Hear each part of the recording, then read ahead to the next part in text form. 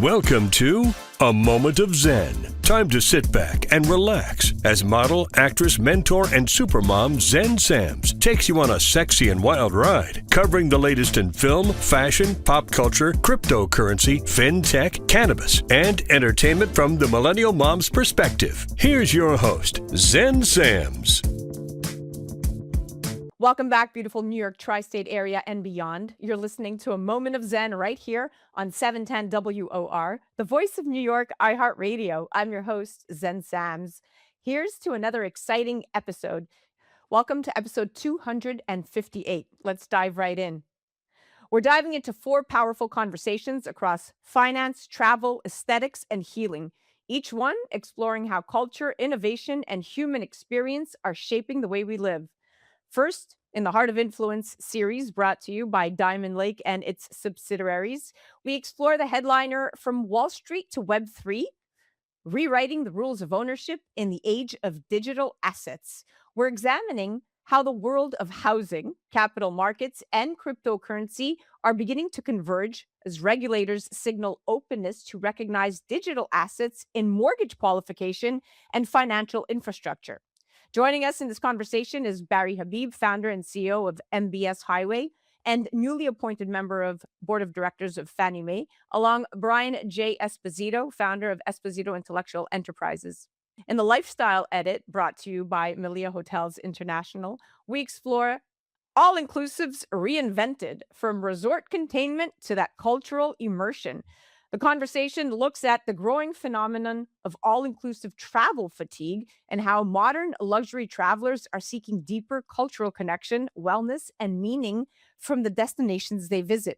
We're going to be joined by Esther Romero Garcia Galan, brand marketing manager for Paradisus by Melia. She leads global brand strategy and integrated marketing initiatives, helping redefine luxury hospitality through immersive destination-driven experiences. In the Sculpting the Future series brought to you by Alloclay from Tiger Aesthetics, we tackle the headliner Ozempic bodies, Instagram expectations, and can you be lean and still be curvy? Now that GLP-1 weight loss medications have reshaped the aesthetic landscape, many women are discovering that becoming lean doesn't always mean maintaining those curves. So we're going to explore how modern body contouring is evolving to meet this new reality.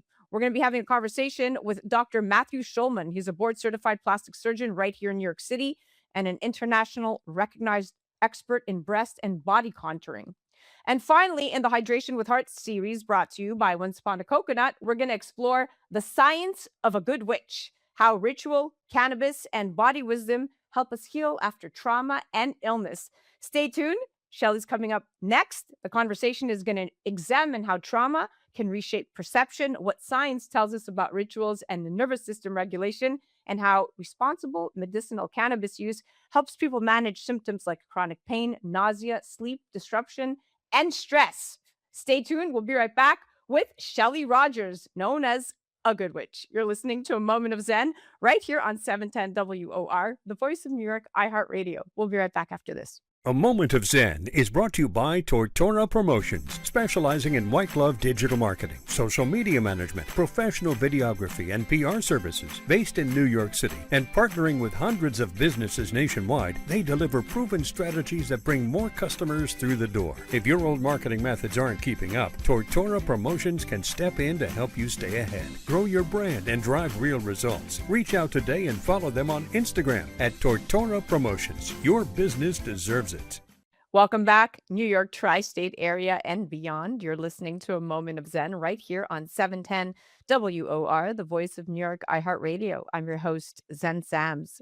Welcome back to the Hydration with Heart segment brought to you by Once Upon a Coconut, because real wellness isn't about trends. It's about listening to the body, supporting it simply, and honoring what it's asking for. Today's conversation is about intuition, not as something mystical or out of reach, but as something deeply human and often born through hardship. My next guest is Shelley Rogers, known to millions as a good witch on social media. She's a cancer survivor, cannabis advocate, and a former occupational therapist who spent nearly 30 years quietly blending tarot readings into her clinical practice. After a cancer diagnosis cut her career short, Shelley endured years of chronic intractable pain. The pharmaceuticals meant to help her eventually left her feeling disconnected from herself, and that breaking point became a turning point. Shelley turned to cannabis and art as medicine, not as an escape, but as a way back into her body. A choice she says ultimately saved her life and transformed her pain into purpose. Today, she helps people heal, awaken, and rediscover themselves through private tarot readings and her social platforms, where she shares spiritual guidance, mindset tools, and everyday magic with a community of more than 6 million people. This is a conversation about survival, self trust, and what happens when science, intuition, and lived experience meet. Shelley, welcome to the Hydration with Heart segment, superstar. So excited to have you on. Thank you. Thank you.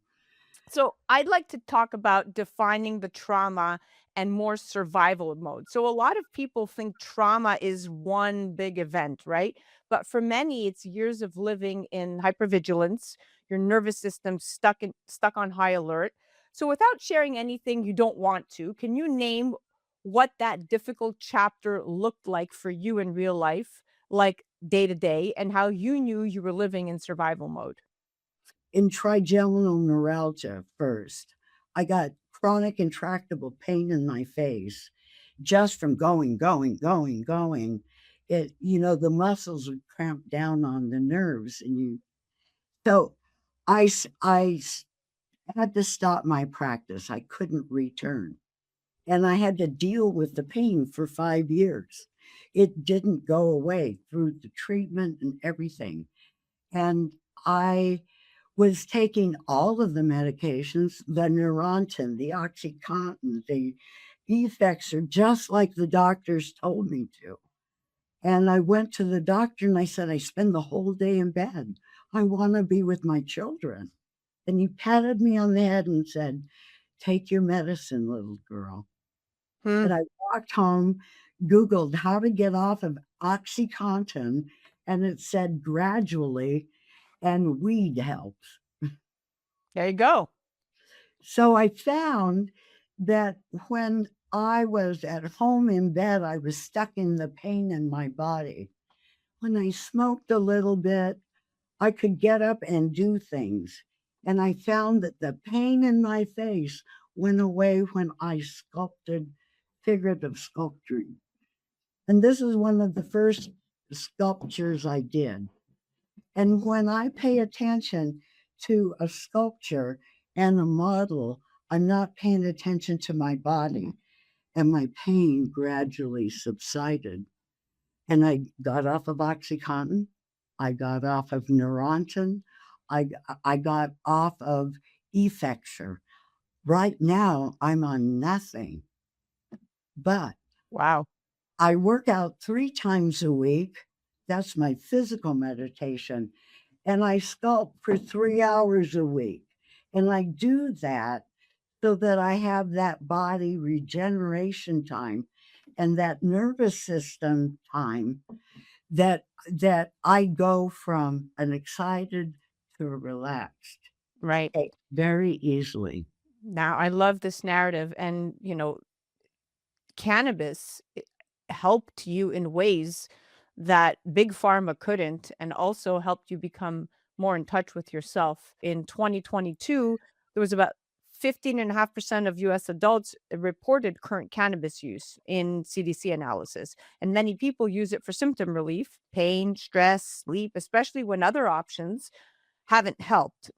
In a JAMA network open primary care study, many users reported symptom management reasons. So, kind of what you just alluded to. So, you're very open about your cannabis use. What does therapeutic intentional use look like on a daily level for you? What outside of your anxiety and your transgeminal neuralgia, what boundaries make it feel supportive rather than numbing? My cannabis use is not to get rid of the pain. It's more that it helps me accept the pain and it allows me to be functional. I constantly have pain in my knees. I've had them both replaced. And then I went back and broke another one. And I got metal up and down in me. But when I have a puff and I go become active, I don't care anymore about the pain. I'll be active and enjoy myself anyway. Yeah, But if that's you're the so demystification stoned, right there, right? It's not party culture, it's not right? escape, it's intent, it's dosage awareness, environment, and accountability. And everything that you're describing, I can echo and back. The National Academy's review found conclusive substantial evidence for cannabinoids in chemotherapy related nausea, vomiting, chronic pain, and even MS related spasticity. And the American Cancer Society also summarizes benefits for cancer related symptoms like nausea and appetite loss and pain and sleep issues and anxiety, while emphasizing risks and the need for clinical guidance are obviously something that people have to, it goes hand in hand. But for the most part, cannabis use is getting a great report card here. So, Shelley, when someone is considering cannabis, what do you want them to understand about responsibility and knowing whether it is or it's not the right tool for them? I am not a ganjier. There are people out there that know the product inside and out, and they're available, and they're young, and they're in dispensaries, and go talk to them because it's an option that you would have. If a doctor offered you an option, you would consider it. And doctors will offer this as an option.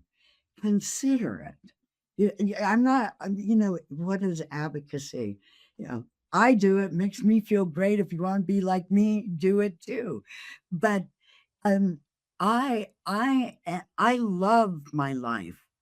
If everybody had a life like mine, we would not have the difficulties that we have.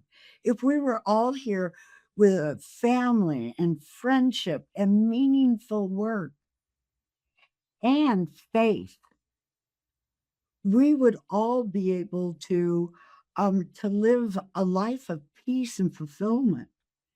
And if a little bit of medicinal use allows us to relax, enjoy, then we can learn and grow. I'm all for it. Now, when you talk about the witch identity, let's talk about this explained through science because we're talking about rituals and meaning and regulation. So, witch, the witch piece, because the modern word treats it like aesthetics, but Yeah.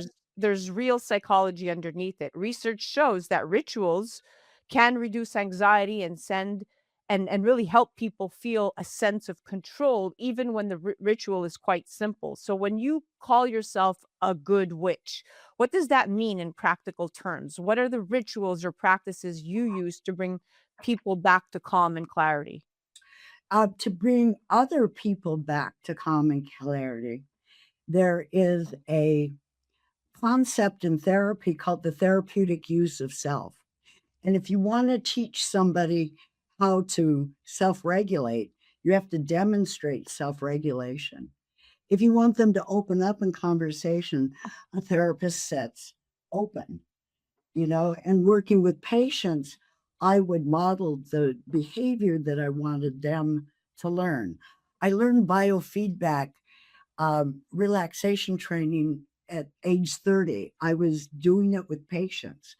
And if you learn how to relax and to really get the sense of what your muscles feel like and what it feels the difference between tension and relaxation, then you can vacillate to through that feeling. But if you don't feel it, if you're not aware of tension state and relaxation state, you'll stay in tension state because that's the way our brains are wired. We are wired to scan the horizon for danger. If we're relaxed, we scan the horizon for safety. If we're tense, we scan the horizon for danger. And whatever we look for, we get.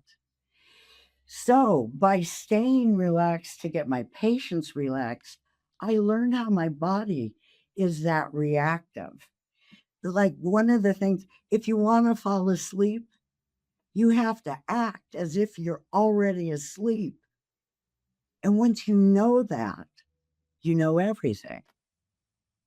I love that framing because it takes quote unquote witch out of a fantasy and turns it into something we can all relate to. Nervous system care, meaning making, and self trust. Well, a witch is really a woman in total control of herself. That's a great narrative. And demystifying all the stigmas surrounding the word witch is incredibly important to me, The which reason, I like what you said about ritual because it is ritual. And it's that repeated ritual of what we say to ourselves. You know, becoming a witch is becoming the observer of what you think you're saying to yourself, is observing the way you treat yourself, is observing the way you love yourself. And how do I do that? I connect with the divine. I unify with the divine before I do anything. When I waited for you, I recognized that there's one divine creative energy in this universe, and I can use it to help other people. So I reveal what is good in this world, and that's my tarot. I through tarot, you can interpret it good or bad. If I tell you bad things are going to happen to you, what are you going to do? You're going to look for it. If I tell you good things are going to happen to you, what are you going to do? You're going to look for it. And trust me, you're going to find it.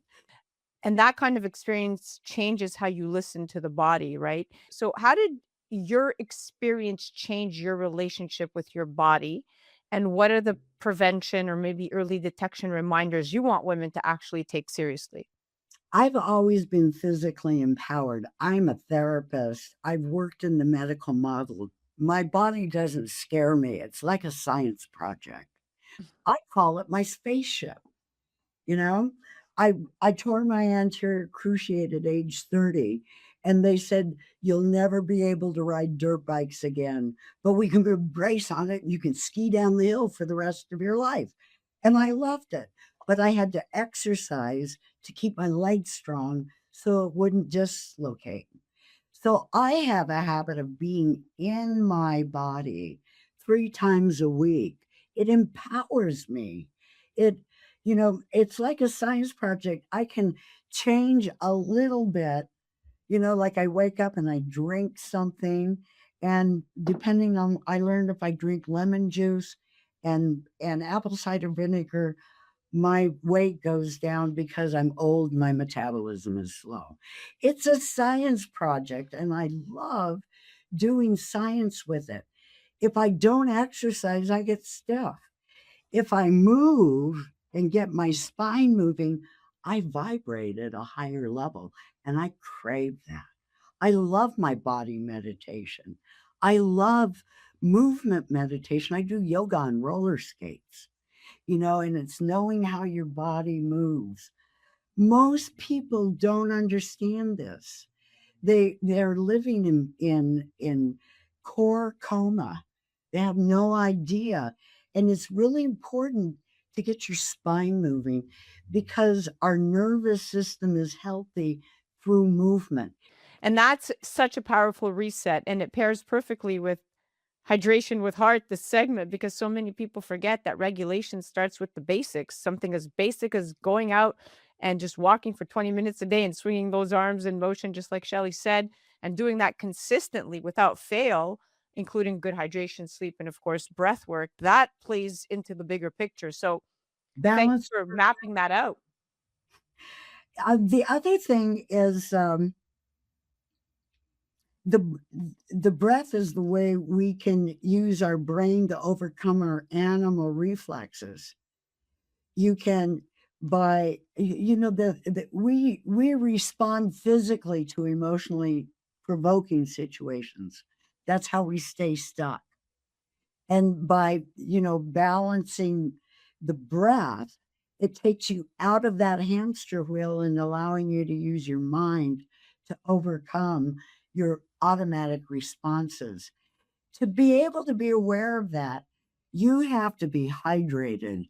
And people at my age forget to drink water because the feedback system for hydration is diminished. So anybody over 65 has to drink water and move because the body is going into a downward cycle. If you don't up level it, if you don't level up, it's not going to do it for you. You're such a motivator. We definitely had our moment of Zen right here on our show. So thank you so much for joining me, Shelley. Again, your transparency, your honesty, and your authenticity really fueled this conversation. You know, if you see anything in me, know that it's in you. We're scanning the environment for our good. And if you think I'm good, you're already there. You're already love-based. You're already united. You're already connected. Keep looking for your love. What you see in me is in you. Wow. Give me chills. You definitely want to check out Shelley at A Good Witch Official on Instagram. And if you're someone navigating stress, grief, healing, or a life pivot, her work is a reminder that calm is learnable and self-trust is in fact a practice. And a huge thank you to Once Upon a Coconut for supporting Hydration with Heart, clean hydration for real life, real nervous systems, and real people. You're listening to A Moment of Zen right here on 710 WOR, the voice of New York, iHeartRadio. I'm your host, Zen Sams. Head directly to agoodwitchofficial.com and check her out on the gram at A Good Witch Official all over social media. We'll be right back after this. A Moment of Zen is brought to you by Once Upon a Coconut. Discover the refreshing taste of 100% pure coconut water that actually tastes great. Naturally sweet with no artificial flavors or added sugar.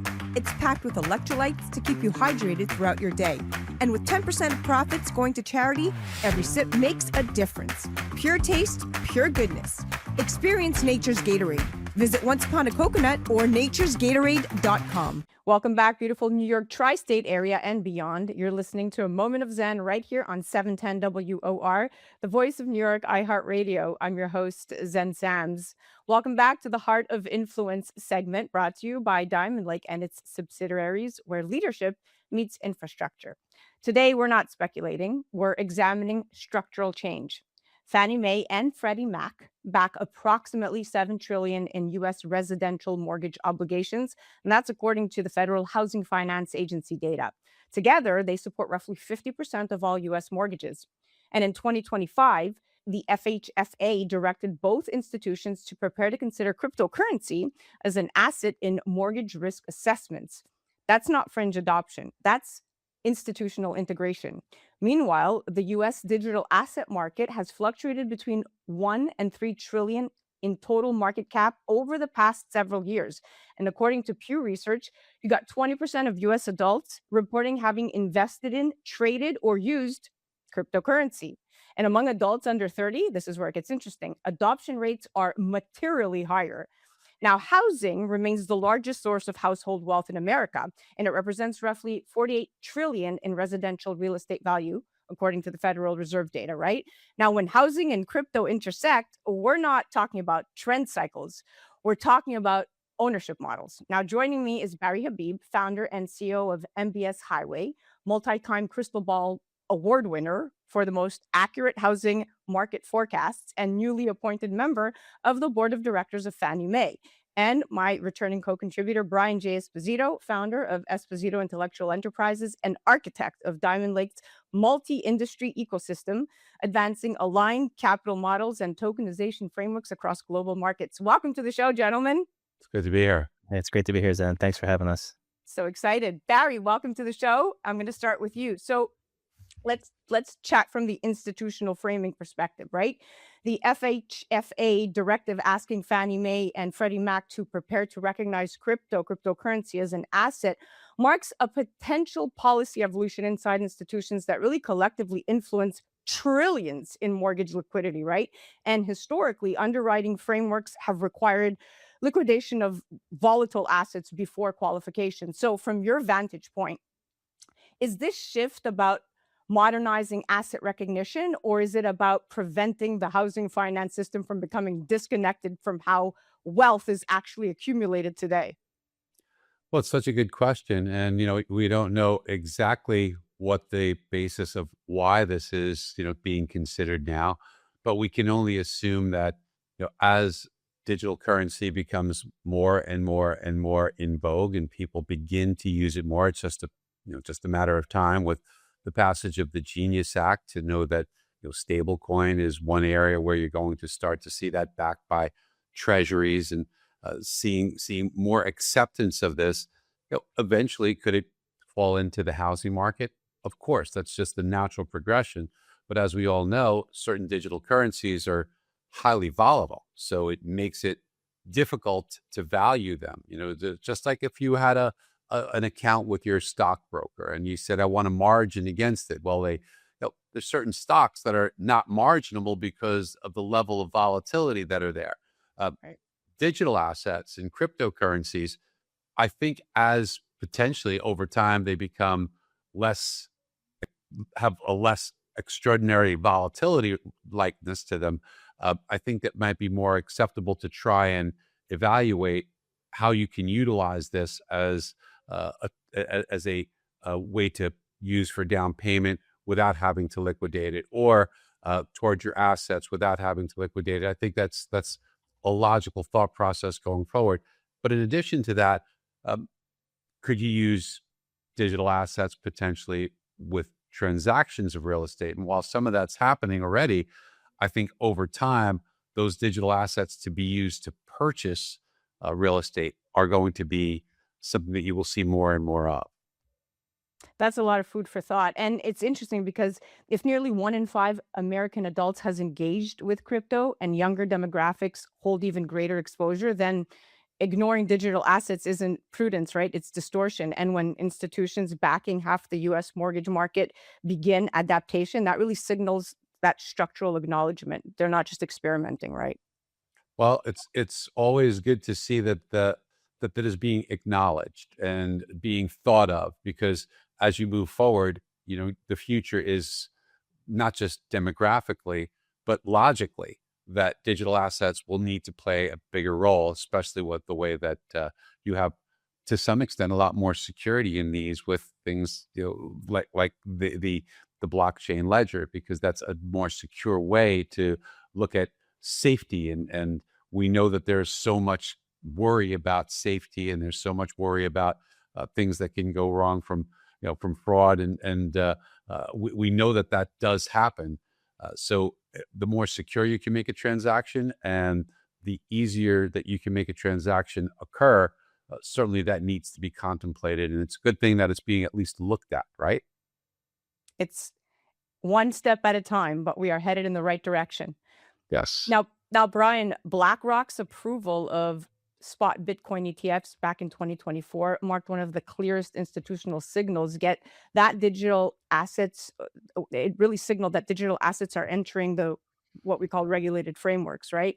And tokenization at its core is about representing real world assets digitally for efficiency, liquidity, and transparency. It's what we've been talking about on this series for months. So when housing finance institutions begin recognizing crypto assets, does that accelerate the legitimacy of tokenized real world assets? And are we witnessing that early formation of hybrid financial infrastructure right now? What do you think? I think there's a lot going on. So I always go back to the good old boys network of banking, right? The Jamie Dimons and the Chases of the world. There was a tremendous amount of exiting of cash on those balance sheets back in the day to banks like Signature Banks, Silvergate Bank, Silicon Valley Bank. So how do you get the money back into those banks, right? That's caught up in the 1 to 3 trillion, as you mentioned, in cryptocurrencies. So when it comes to things like, okay, there's assets sitting in people's lives that are now a digital asset. Our world is regulated digital assets. So RWAs, and Larry Fink himself said last year, it's a $16 trillion industry by 2030. So when you have fiat currencies and other assets and stocks and equities or commodities that are now leaving those worlds into tokenization, any asset class such as a home is going to have to be able to recognize it as some sort of asset for the potential homeowner to be able to utilize and leverage to buy that asset. The other thing that comes across my mind is, well, this is a great way to get fiat currency back into banks if mortgage payments are now to be accepted by Bitcoin, for example. Because I don't assume that the mortgage company, the bank that's accepting that Bitcoin is going to hold Bitcoin. They're going to convert it back into a currency for their balance sheet, unless they have a hedge on it or they have some sort of a risk tolerance level that they want to hold and they think there's some upside. But in my mind, it's a smart way to get cash back into these systems that is now outside of these systems. And I think it's a brilliant move for the housing industry to say, hey, listen, there's people that have a tremendous amount of assets and digital assets. Recognize the ones that are now institutionalized, like Bitcoin and Ethereum. Our world is not that. We're not speculators in that. We like real assets. We tokenize these assets, and we like things that perform, appreciate, and have some sort of revenue generator attached to them. Mm. Yeah, you make so much sense. I love listening to you speak in this. I love listening to you too, but I usually just talking to myself all the time. So No, I'm glad I because got an right. audience. But what you're saying in your model specifically, because tokenization, people are like, what's tokenization? What's tokenization? I mean, at the end of the day, tokenization isn't about replacing Wall Street. It's about upgrading settlement speed, fractional participation, and really that capital accessibility that you've been talking about. And when institutional balance sheets start acknowledging digital holdings, that compresses the distance between legacy finance and Web3, right? I mean, Right. now, Barry, housing affordability remains under strain, right? I mean, according to the National Association of Realtors, the housing affordability index fell to multi-decade lows during the recent rate cycle. And mortgage rates climbed over 7.5% in 2023-24, materially impacting those first-time buyers. We heard the headliners. And at the same time, the younger investors disproportionately hold digital assets compared to older cohorts. I said that earlier on. The statistic is there. So does crypto asset recognition meaningfully expand access to housing, or is it or is this or is this primarily a reflection of updated balance sheet reality rather than access reform? I mean, Well, you bring up some really, really good points. So let's unpack that.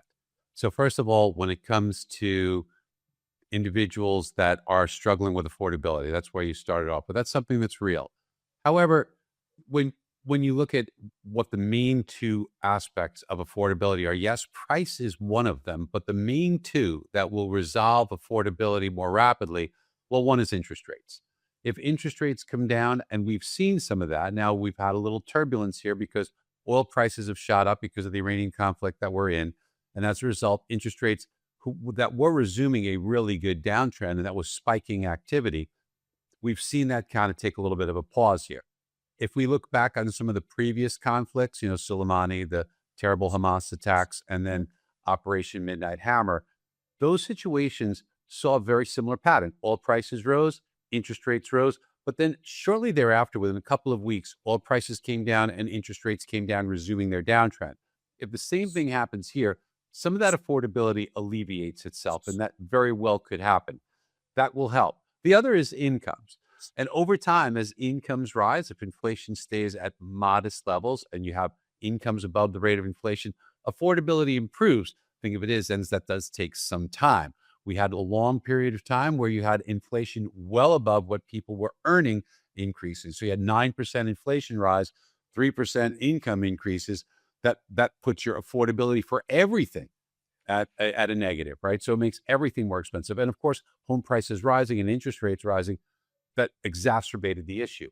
We're now in a situation where while affordability is still stretched and pressured, it is slowly unwinding as interest rates unwind. And the results are you're seeing penny home sales rise rather dramatically. You also see a lot of cash freed up as interest rates come down and people can refinance. Now, with your question about digital assets and how that plays a role and younger generation having that, I don't think it's as much a recognition of it as if Bitcoin gets back up, I'm not saying it has to go to 126 or beyond, and it might certainly do that. But, Bitcoin has come down by about half, Ethereum almost as much. And when you see people in that position, oftentimes they're reluctant to let go of those assets, especially if they purchased on the way up and they're upside down. So if they're thinking about a home purchase, they might have the assets to do so. But if I liquidate it now, I'm pretty upside down right now. Maybe I will wait till I see prices come back. And it would not surprise me to see a lot of these younger individuals holding these types of assets that as we see price appreciation there, they feel more comfortable liquidating some of their holdings and then entering into the real estate market. That's what I think will happen. Oh, Absolutely. that's a And great I just point. want to jump really quick. He's so accurate. And there's also a different level of emotional connection to a cryptocurrency holder than a traditional other type of asset holder. There's a little bit more of a deeper connection where they don't want to give it up. As Barry said, there's a community there. There's this cult mentality there that they're part of something. They're part of a movement. They're part of some new change in the way that we operate as human beings. So there's a lot deeper mindset and psychology to it. So that was brilliantly said, Barry. Well, and you know what else too, guys, is that it's not just holding the asset itself, which, it's become much more widely used. You can go ahead and anybody can get IBIT, right? It's not like it was 4 years ago, 3 years ago, where, you had to go through, and a lot of people, but now I'm a baby boomer, I'm comfortable with it, okay? But there's a lot of people not so comfortable setting up a digital wallet. And it's not as easy or comfortable. That's why you see people that are more youthful feel more confident and comfortable with this because they're accustomed to it. Baby boomers are typically, let me call my broker and execute a trade, right? So we understand that there's a difference there. But now that it's become so easy and you could just do that and you could buy these ETFs that represent the ability to own these crypto assets, it doesn't just apply to people that are younger, people that have invested in it, that do believe in it. If we see these assets appreciate, I think you will see more activity in real estate, whether it's from an investment standpoint, a move-up standpoint. So I think it will have a big bearing on real estate. Yeah, well, without a doubt. Now, Brian, trust in institutions has been volatile to say the least. And when you look at the trust barometer, I bring this up all the time, the Edelman Trust Barometer consistently shows that confidence in financial and governmental institutions fluctuates significantly year over year. Now, blockchain-based systems are often described as trustless, meaning they rely on verification rather than reputation. So, is tokenization a trust replacement or a trust amplifier when layered responsibly into regulated systems? Yeah, it depends what you're looking at. So tokenization's a trust amplifier with a seasoned management team and a real world asset such as a building, a hotel, a music catalog, a company that has earnings and assets and revenues. It's not a trust enhancer and a meme token that you have no idea who's behind it, or the frog that was launched that has some reason has a $2 billion market cap and all that money tied up into it. There's really no amplifier in that world besides hype. It's a marketing machine. It's a pyramid scheme, hoping someone's going to pay higher than the person before them. So when you look at the trust enhancer in blockchain and tokenization, it's always about RWAs and, again, the management, right? I think having seasoned management is so crucial, especially in today's world. It's so volatile. People that have been through so many market turnarounds, economic downturns, political unrest, wars. Barry mentioned a lot of these things. You have people that understand that we're going to get through it. You don't always have to fire everybody to get through it, but if you're smart about being smart on your projections, smart on your spend, introduce new technology so you're part of adapt or die.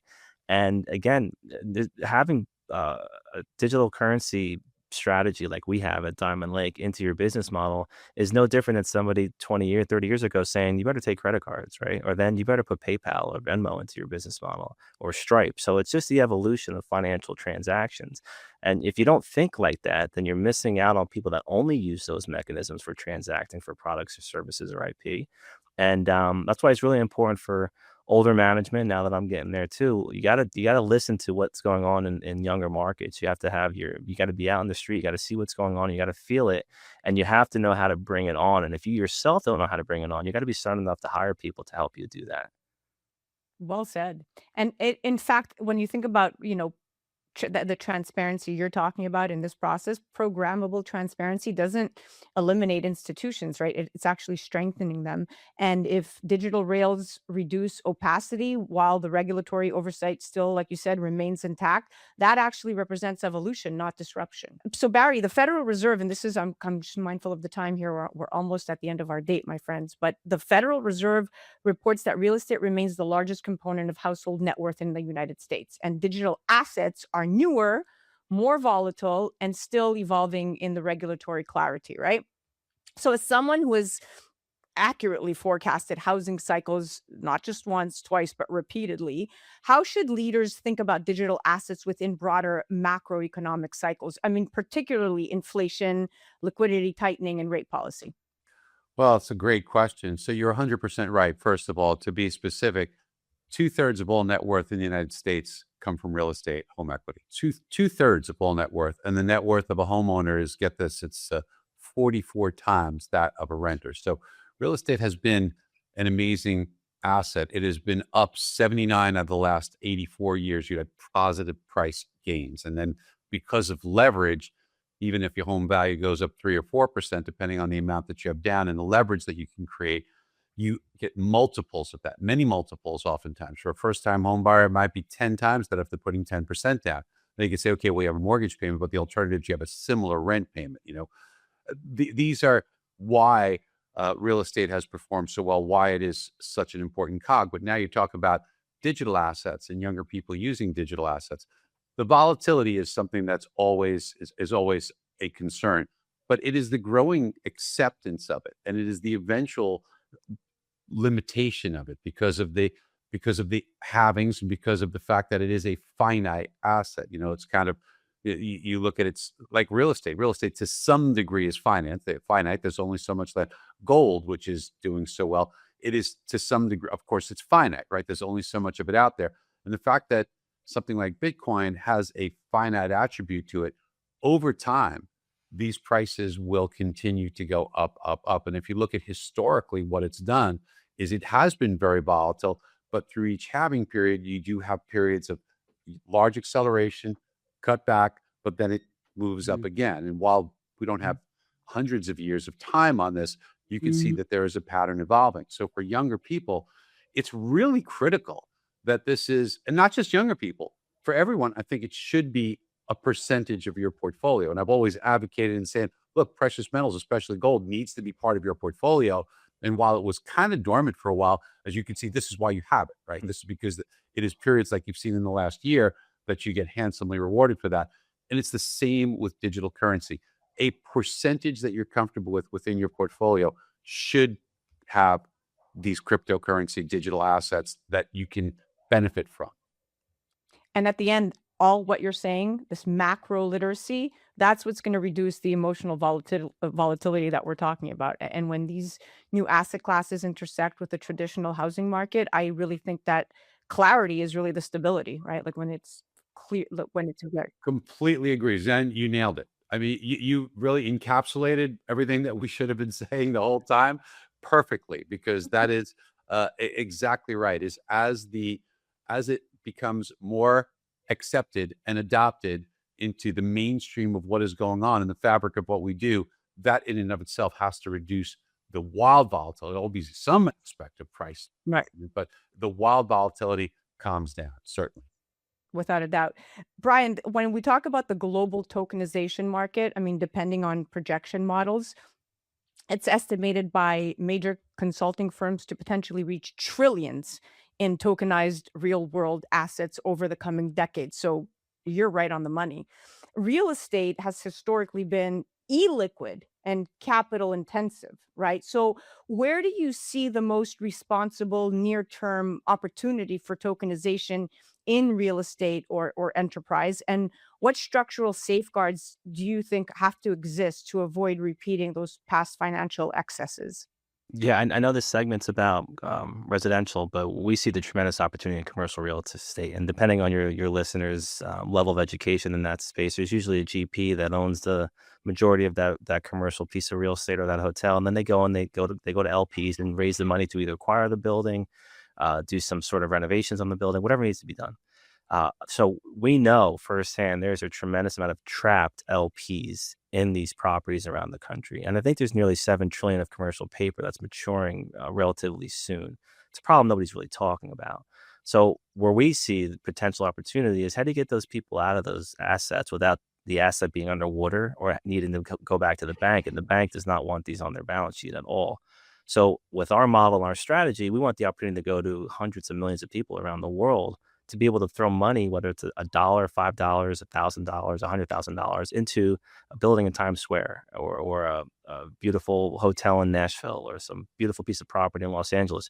These are things that nobody ever had the opportunity to have fractional ownership in. So we want to provide an alleviation into all those trapped LPs and those buildings that are requiring liquidity, but on a larger scale where millions of people are throwing a few bucks into something, opposed to tens or dozens of people throwing millions into something. And that's where we want to be able to have a strong position to help those landlords make sure they continue to own those assets and not have to give them up, foreclose on them, or give them back to the bank. So that's where we see a really good opportunity, which is why we have Chairman of Colliers, for example, on our team, Brandon Fugel, who's helping us understand what does the commercial real estate look like across 68 countries, and how can we be a really great solution for landlords around this country.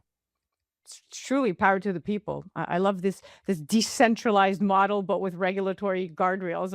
It's brilliant. So Barry, you've operated in finance, media, and Broadway production. Love your background.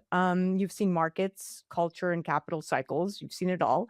What common signal tells you an institution is ready to modernize? And more importantly, how do you distinguish between structural change and temporary enthusiasm? Boy, it really depends on the industry, right? But what you often see is there's the signals of when they don't modernize because their businesses tend to not keep up and not perform as those who have, and that's why you see oftentimes businesses that are successful have a hard time staying successful unless they adapt and continue to modernize. And while there's many things that we talk about today, and like everybody needs to be involved in AI and how quickly that's moving, in conjunction with that, tokenization and digital assets have to be contemplated there. It seemed like prior to AI, there was a lot of talk about it and there was a lot of awareness about it, but then AI certainly became more in vogue and more, in the forefront. But it doesn't mean we should ignore the enormous opportunity and the need for understanding how to incorporate and stay ahead with digital assets and tokenization in all aspects of your business. So I think that it's hard to say what are the signs when a company is looking into it. I think successful companies always do, but you can certainly see the signs of companies that don't stay in the forefront and get complacent because they tend to lose market share to others who do. Yeah. And reinvention requires readiness. And readiness is rarely loud. It's usually measured. DiamondLake. Okay, let's last question here, Brian. We're in the home stretch. Are you ready? So DiamondLake, we know, focuses on aligned capital deployed into infrastructure, not noise. That's not who you are. But ownership is becoming more portable, more fractional, if you will, more programmable, like we're seeing. So in a real world where ownership is increasingly digitized, what does responsible influence look like for leaders stewarding capital and tech and trust? All based on your ethics and your integrity. I mean, that's at the core of our company and any of my private holdings. It should not be another mechanism to onboard fresh new capital and then now directly from a retail audience, right? That's never had a chance to buy into these things. So if you're going to be able to reach the 99%ers around the world and never had a chance to be part of really great assets and companies and opportunities, you have a responsibility to make sure that you're inviting those tax earned dollars into your company, that you have a fiduciary duty, that it's not just free money. It's not just a new tool to go out and scam people. It's a new way for you to raise capital, to support a business, hire people, grow your company, open up new locations, whatever the case may be for use of proceeds. So there's hopefully, because things are so transparent now, I even want to be the first public company as we continue to work with regulatory that why you got to wait 3 months to see if I did a good job as a CEO. You should have an understanding of our financials almost daily, like true blockchain would offer, and true transparency. And I think those types of things would keep leaders in check. I think it'll help alleviate a lot of volatility where you don't have to wait and wonder if a company really performed on their projections and if they hit their earnings. So these are the things I really look for in seeing what's happening with multiple industries coming together with new technologies. And I'm really excited for the Fitch, Moody's, and S&Ps of the world to start rating digital currencies. And we want to be participating in some of the first ones that are coming out to really, once again, protect the retail investor. There's always due diligence. You always got to bet on the person or the persons, and then everything that they do hopefully is in line with your investment thesis on the types of companies and the types of potential earnings that you want to have with the money that you invested. You said it. You said it best. And we are at the end. And at the end of the day, the next financial era, it's not going to be defined just by who moves fast, right? Because speed is part of the game here, but more importantly, defined by who builds frameworks that actually endure, right? And I think that infrastructure is so key. And you are an open book, and I've been watching you grow for half a decade, and you just scaled immensely, and I just love your success, Brian. I do. I really do. Thank you, Zen. Thanks in part to you. And Barry's been a tremendous friend and supporter of mine for a very long time. I'm humbled to be able to call upon him and call him a friend. So Oh, really Brian, you've appreciate been doing amazing things. But boys, it's been such a privilege to be on with you. Now, this has been From Wall Street to Web3. Without a doubt, we rewrote the rules of ownership in the age of digital assets in one series. Many thanks to Barry Habib. You could follow him directly on the gram at I am Barry Habib and learn more at highway.ai. And of course, our co-contributor, Brian J. Esposito of DiamondLake and Esposito Intellectual Enterprises. You could go directly to at DiamondLake on Instagram and at diamondlake.com and at Brian_J_Esposito. That's the Heart of Influence series brought to you by DiamondLake and its subsidiaries where capital meets conviction. You're listening to A Moment of Zen right here on 710 WOR, the voice of New York, iHeartRadio. We'll be right back after this. A Moment of Zen is sponsored by FinTech TV. FinTech TV, the newest streaming channel focused exclusively on the business of blockchain, digital assets, and sustainability. Broadcasting from our studio on the floor of the New York Stock Exchange with daily reports from NASDAQ, global expansion, and 24/7 coverage. Become part of the launch. Head to fintech.tv/invest. Fintech.tv/invest. Tune in to A Moment of Zen, Saturday nights from 9 to 10 p.m. on 710 WOR, the voice of New York. Welcome back, beautiful tri-state New York City area and beyond. You're listening to A Moment of Zen right here on 710 WOR, the voice of New York, iHeartRadio. I'm your host, Zen Sams. Welcome back to the Lifestyle Edit, brought to you by Melia Hotels International. Now, let me ask you something. Have you ever gone somewhere breathtaking, stayed somewhere luxurious, but came home realizing you never actually felt the destination? That's the quiet frustration happening in luxury travel right now, because today's traveler isn't just spending money. They're spending time, health, and emotional energy. And, well, they expect more in return. And yet many luxury all-inclusive experiences still feel contained, which brings us to today's conversation. We're going to be chatting all-inclusive reinvented, from resort containment to cultural immersion. Why today's luxury travel is experiencing all-inclusive fatigue, and how Paradisus by Melia is redefining the category through destination-inclusive travel, culturally inspired wellness, and immersive design. Joining me right now is Esther Romero Garcia Galan, brand marketing manager for Paradisus by Melia. Esther leads global brand strategy and integrated marketing initiatives across international markets.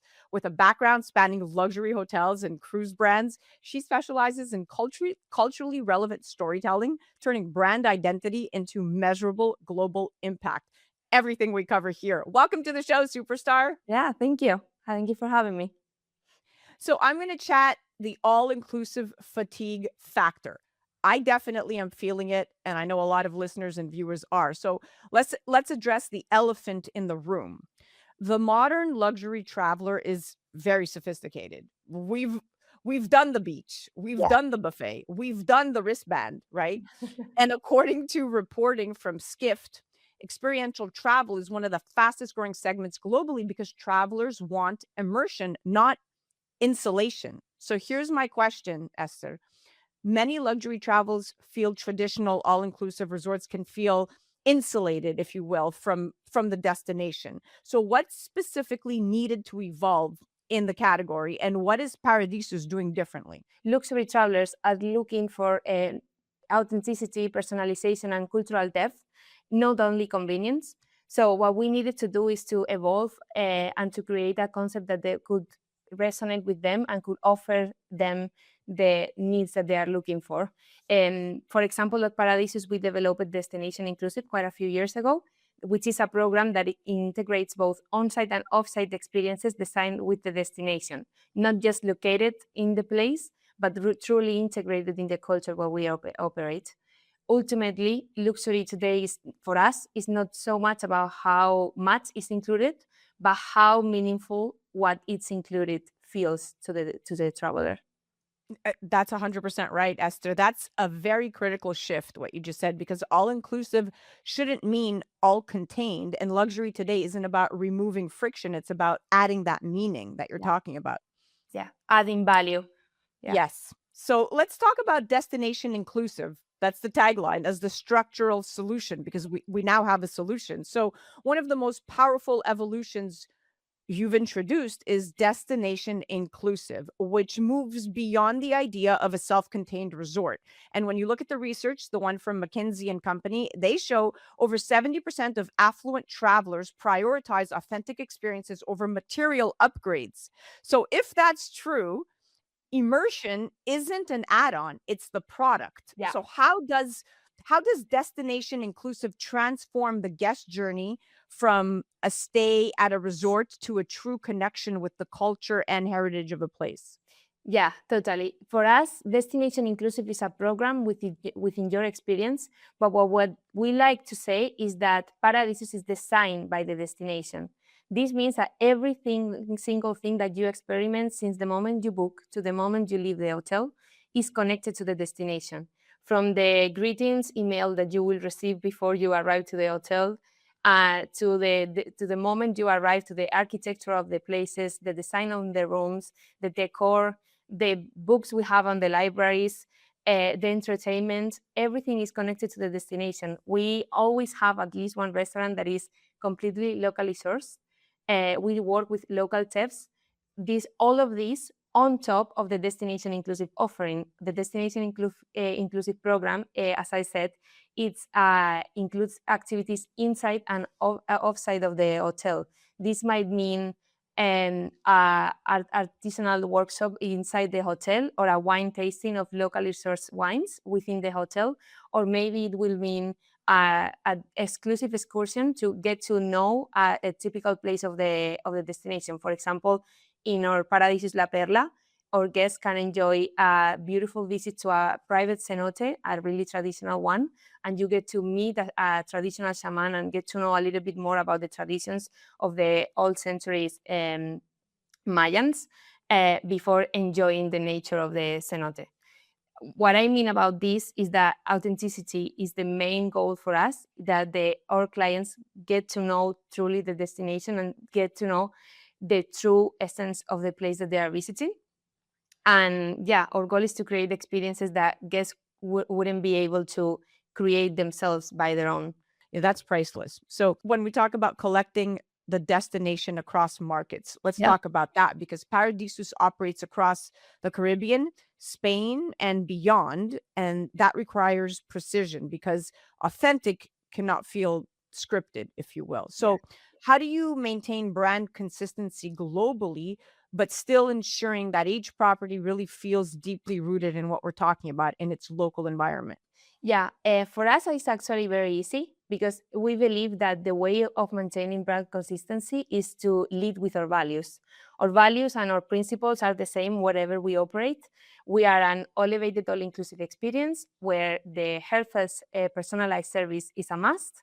Wellness is our core pillar, and our strong culinary excellence is a key aspect of the experience for both adults, kids, and families alike. So with this in mind, this is our core values that we bring wherever we work with. At the same time, we have to let the destination shape how the experience comes to life. And this way, each property reflects the local culture through program design and locally sourced gastronomy. For example, we just opened Paradisus Bali. It was our first property in Asia, and we had a great challenge of having to integrate the Balinese rituals, the spirituality of the local place, and the design elements into the guest journey. But we managed to do it in collaboration with true locals and true experts from the area. And right now we have one of our most stunning properties, and it's completely integrated with the brand values.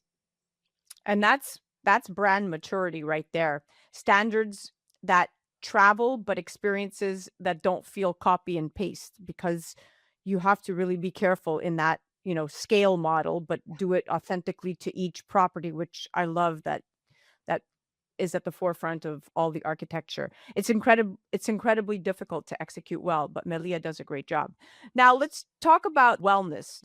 So your philosophy, wellness designed by destination, is not template driven. It's personal, it's cultural, and more importantly, adaptive. So how does Paradisus bring that philosophy to life for adults, for the adults only travelers, separately from families and teens, and even the multi-generational guests, a bit older generation there, without making wellness feel like performative?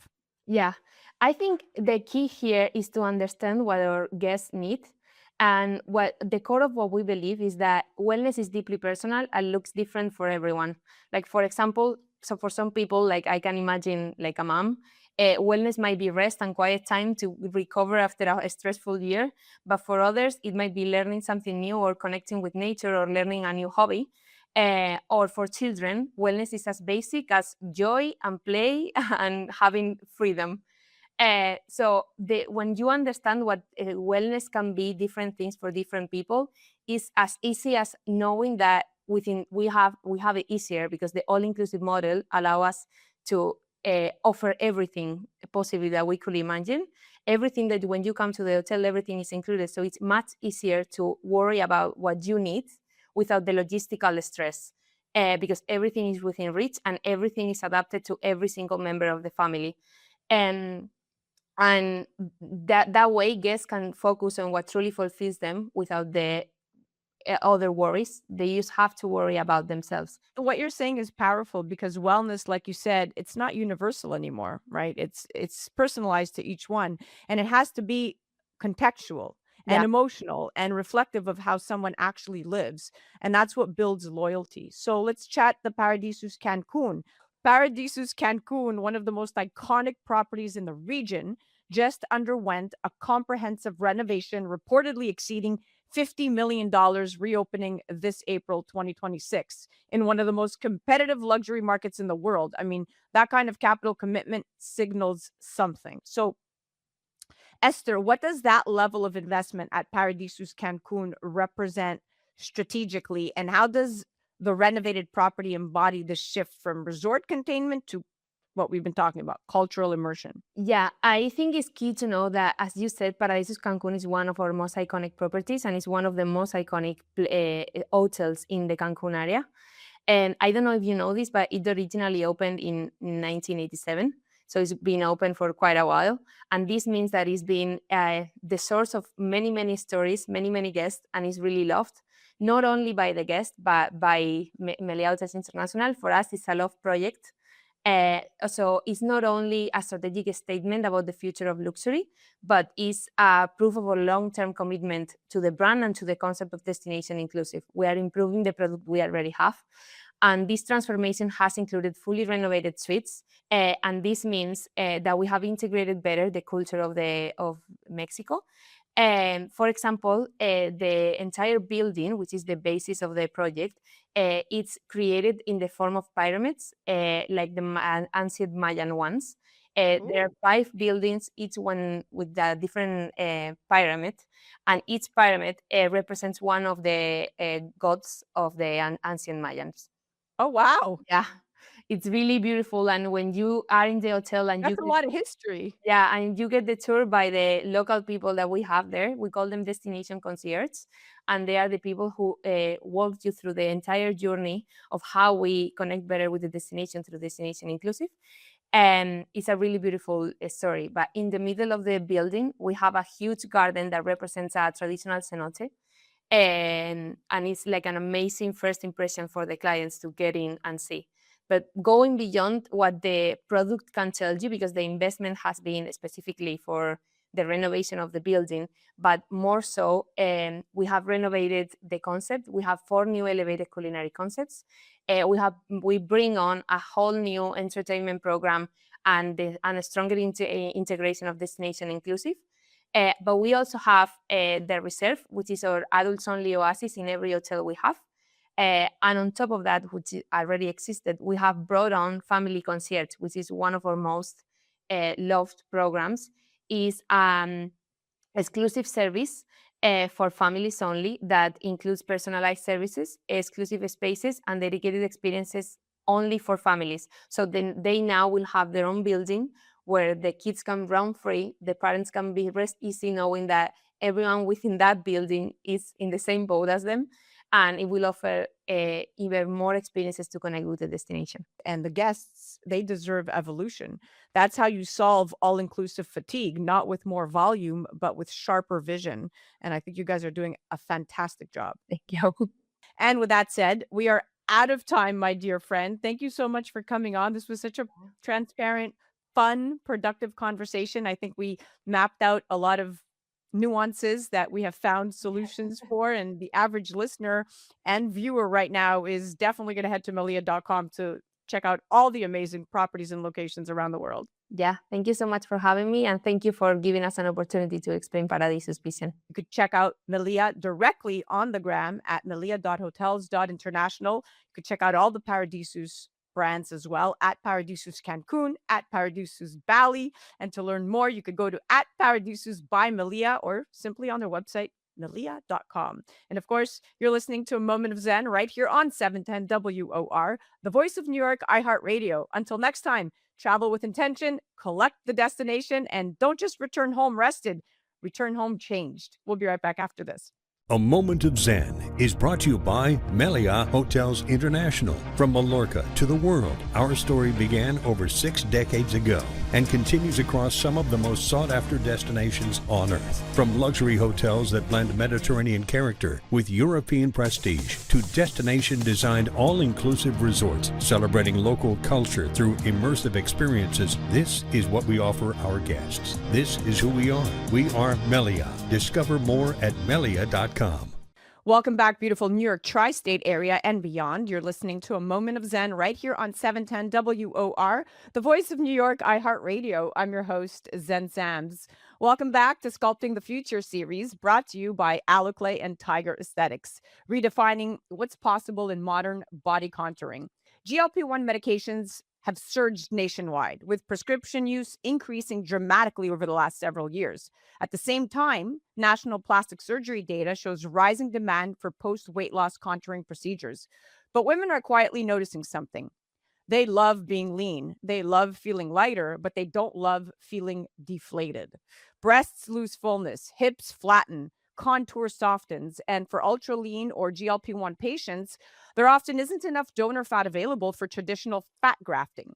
Yet culturally, social media continues to glorify both ultra-thin physiques and pronounced curves.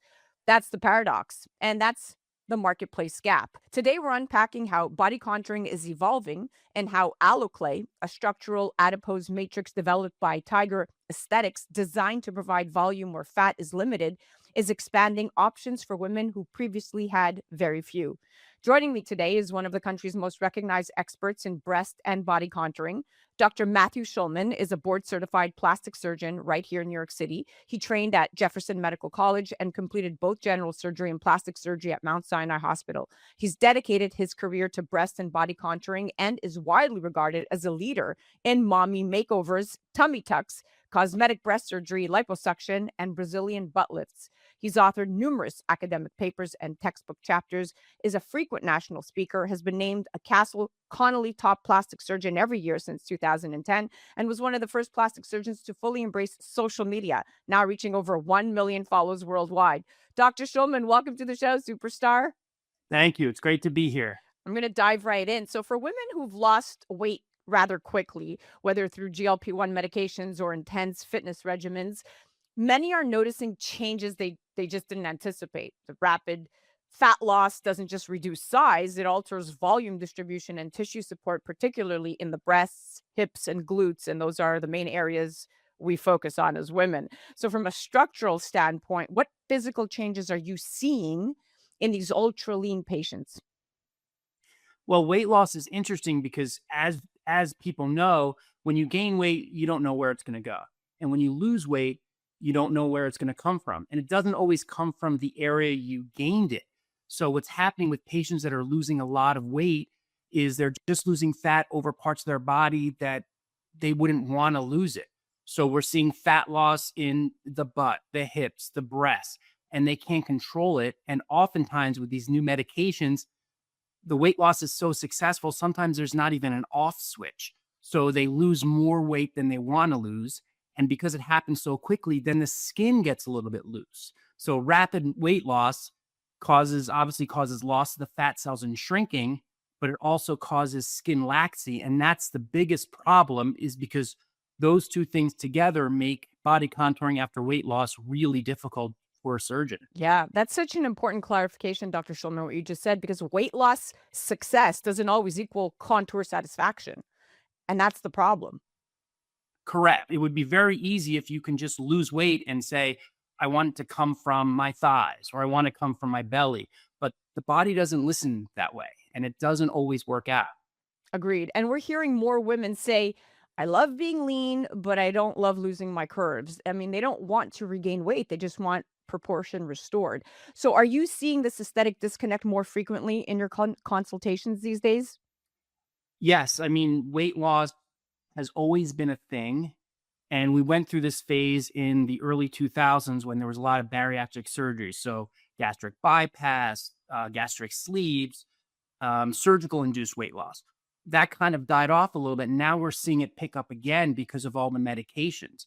So people are coming in and they just essentially feel like they've deflated, and they're looking to me to try to give them their curves back. Enter Aloclay, described as an off-the-shelf structural adipose matrix that provides volume in areas where that fat is limited without harvesting fat from the patient's own body. I mean, how much more proprietary and revolutionary can you get? So for women who are too lean for fat grafting and hesitant about implants, this introduces a new category of solution. How has Aloclay changed your approach to contouring slim patients? Well, Aloclay has really been revolutionary because it's the perfect option. As you said, we want to add fat, and lean patients or patients who have lost weight don't have any fat. So the only place to get it would be from essentially donors. So Aloclay is human donor fat, and I'm able to inject it in the areas that they need volume, and you don't have to harvest it through liposuction, which really wouldn't have been an option anyway in a lean patient. So it basically allows me to say, hey, what do you want bigger? What do you want curvier? And now we have an off-the-shelf option with really no downtime. So women considering this option want reassurance, right? I did before I had my breasts enhanced with Dr. Zeidler, and I had Aloclay done. And I know for myself, I mean, I want to know that restoration will look natural, that it's going to move naturally too, and feel proportionate on my body, especially after whether it's dramatic weight loss or explanting, right? Like in my case, I explanted 14 years of saline implants, and then I was left with pancakes. And I was like, well, what are we doing here, right? So me aside, what kind of results are you seeing in terms of contour and softness and overall patient satisfaction? So the great benefit of Aloclay is it's fat. It's human donor fat, and when it gets injected into you and your body integrates it, it becomes your own fat. So it's going to act just like fat, which is a very natural, soft result. Now, for a lot of people, that's an advantage. They want to have breast enhancement or buttock enhancement or hip enhancement that looks really natural. This is a great option because it really is replacing exactly what you're trying to replace. Now, for other patients who want breast implants and want that implant look, they want to have rounder or firmer, very well-defined cleavage and, a little bit of a faker look, which is still a proportion of the population wants that. This isn't a very good option. That may be someone where I may say, hey, you're going to do a little bit better with implants. But for the people that either want to avoid implants or remove implants and still want a very natural look that's not going to look surgical, Aloclay is a really good option for that. Yeah. And that's the difference between enhancement and harmony, really. I mean, responsible aesthetic medicine requires clarity. And I love that in this category, they're very clear about, their intent, the use cases of this product. So not every woman is the right candidate for every solution, and understanding anatomy and expectations and long-term goals really matter. So for women listening right now who are navigating the GLP-1 era and considering this option, who is the ideal candidate, and where do you still recommend traditional approaches instead? Well, for weight loss patients, as I said at the beginning, they're very tricky because you're dealing with loss of volume, but you're also dealing with skin laxity. So whenever I'm evaluating a patient after weight loss, I have to separate those two things and say, hey, where do you need more volume and where do you need skin a little bit tighter? So for a weight loss patient who wants their breasts enhanced, yes, they need volume, but it's possible that they also need some skin removed. So alliclay or any other way to add volume is often combined with something like a breast lift. So I have to separate those two things in my head. So if someone's deflated and then they're a little droopy, the deflation would be treated with volume like alliclay, and the drooping would be treated with a lift in order to get things up and tighter. So those are often done together. It sounds great in combo therapy, and I love that it is so effectively used for combo therapies, pre and post, surgical procedures. Talk to me about the invasiveness of a procedure utilizing alloplay, whether it's hip dips, asymmetry, body contouring. What kind of downtime are we looking at? So we can't say it's non-invasive because I still have to make a little dot, a little incision to inject the product, but it's as least invasive as you can possibly be. So it's essentially injections. So my patients are awake. Um, I just numb up the area with numbing medicine, and then I make a little dot that allows me to inject the material. And they're very comfortable during the procedure, and afterwards they can go back to normal activities immediately. Depending on what I'm doing and how much I'm injecting, I may tell them, lay off the exercise for a week, because not that the exercise is going to mess things up or ruin their result, but they might get a little bit more bruised and a little bit more swollen because I'm still injecting something. Right. But other than that, they're right back to normal activities right away. Afterwards, I always tell them that the areas that I injected are going to feel a little firm. So you're going to feel a little firmness in that area for the first week or two. And that's usually because of a little bit of swelling, but mostly because the product hasn't integrated yet. So once the product, which is fat, becomes part of your body and your body starts to grow blood vessels into it and make it its own, it'll soften up and it'll be totally indiscernible from your own fat. And that process can take a few weeks. And then usually after a month or two, things have kind of settled and you can see what you have.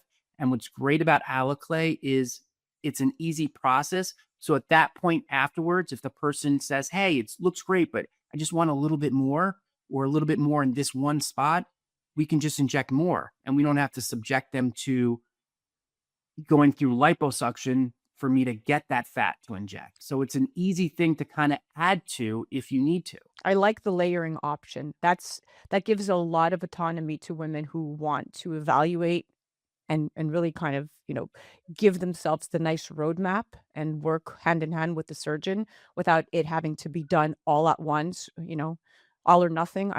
This is a nice approach that feels natural and it feels realistic and sustainable, that we can always go back and just add and correct until it's achieved, until you get, that volume or that look that wants to be achieved. So it feels really nice. And I love something that you said, that it builds on your own body's fat. Can you talk to me about the adipose matrix and how that scientifically integrates and why that's an important part of the conversation?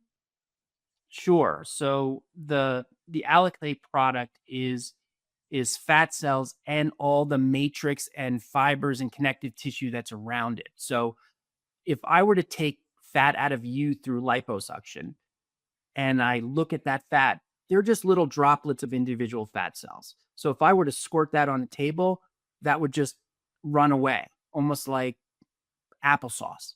Hmm. The alliclay, because everything's still connected, it's not harvested through liposuction. It's actually harvested by keeping the fat intact in its normal structure. So basically a chunk of fat cells. So if I were to squirt that on a table, it's going to pile up almost like I tell my patients, like oatmeal. So all the good stuff that's around the fat cells is still there, but we lose that if we're harvesting your own fat through liposuction. That's probably the reason why fat transfers, traditional fat transfer with your own fat, you're still going to lose about 30% of it. Some people will say up to 50%. I think 50% fat loss is probably a little bit high, and maybe something can be done if that's what the results are. But usually about 30% of fat loss is what I'm seeing in my patients. But with alliclay, those fat cells aren't injured in the harvesting process. So you're getting a much, much, much higher survival of that matrix. And all those signals and growth factors are there, which tell your body, hey, these are fat cells. And that signals your body to grow little blood vessels in and make it its own fat cells, which you really, I've done surgeries on people after I've injected alliclay. So I've actually seen the alliclay in their body, and you can't tell a difference. It looks exactly like their own fat cells. I've seen alliclay fat next to their own fat underneath the skin, and you can't tell the difference. Wow, that's so proprietary. And I love that it works harmoniously with the body and integrates so nicely to enhance and really just keep it's like the gift that keeps on giving. I love this. Well, we are at the end of our date, my dear friend. I thank you so much for coming on and being our expert on the microphone. I learned a lot today. I thank you for sharing your knowledge with our audience. And I'm really excited about this revolutionary product because it's giving women a real solution to a huge market gap and a big problem in the marketplace for women who just, don't want the foreign objects in their body, don't have enough fat to give, have been told, sorry, I can't help you, and enter this incredible product with an incredible provider like yourself, Dr. Schulman. The sky's the limit. So thank you again for coming on. Oh, you're very welcome. Thanks for having me. And you can learn more about Dr. Schulman directly on their website at drschulmanplasticsurgery.com. You can check them out on Instagram at Real Dr. Schulman. That's Real Dr. Schulman abbreviated. And to learn more about alliclay, you can go directly to alloclay.com. This has been the Sculpting the Future series brought to you by Tiger. You're listening to A Moment of Zen right here on 710 WOR, the voice of New York, iHeartRadio. We'll be right back after this. A Moment of Zen is brought to you by Skin by Sari. Nationally recognized injector Sari Katz is redefining cosmetic treatments with an approach that's subtle, precise, and confidence-driven. Whether you're new to injectables or looking for an expert touch, Sari creates results that enhance your natural features. Never mask them. Discover what personalized aesthetics should feel like. To learn more, visit skinbysari.com or follow at skinbysari on Instagram. Well, that's a wrap, my dear friends. We are at the end of our date. You're listening to A Moment of Zen right here on 710 WOR, the voice of New York, iHeartRadio. I'm your host, Zen Sams. Remember to join me right here on A Moment of Zen every Saturday, and you could head directly to amomentofzen.com for live listening links and episode downloads in your city. Also remember that we're live on Traverse TV Sundays at 1 p.m. Eastern, on our YouTube channel Sundays at 2 p.m. Eastern, and all episodes of A Moment of Zen are now available on our streaming platform, Your Home TV. You could head directly to mox.yourhometv.com. Thanks for listening to us. It's been an absolute pleasure being your host. Thanks again to all of our sponsors that continue to make this show possible. And remember that happiness is the only thing that multiplies when you share it. We'll be back next week.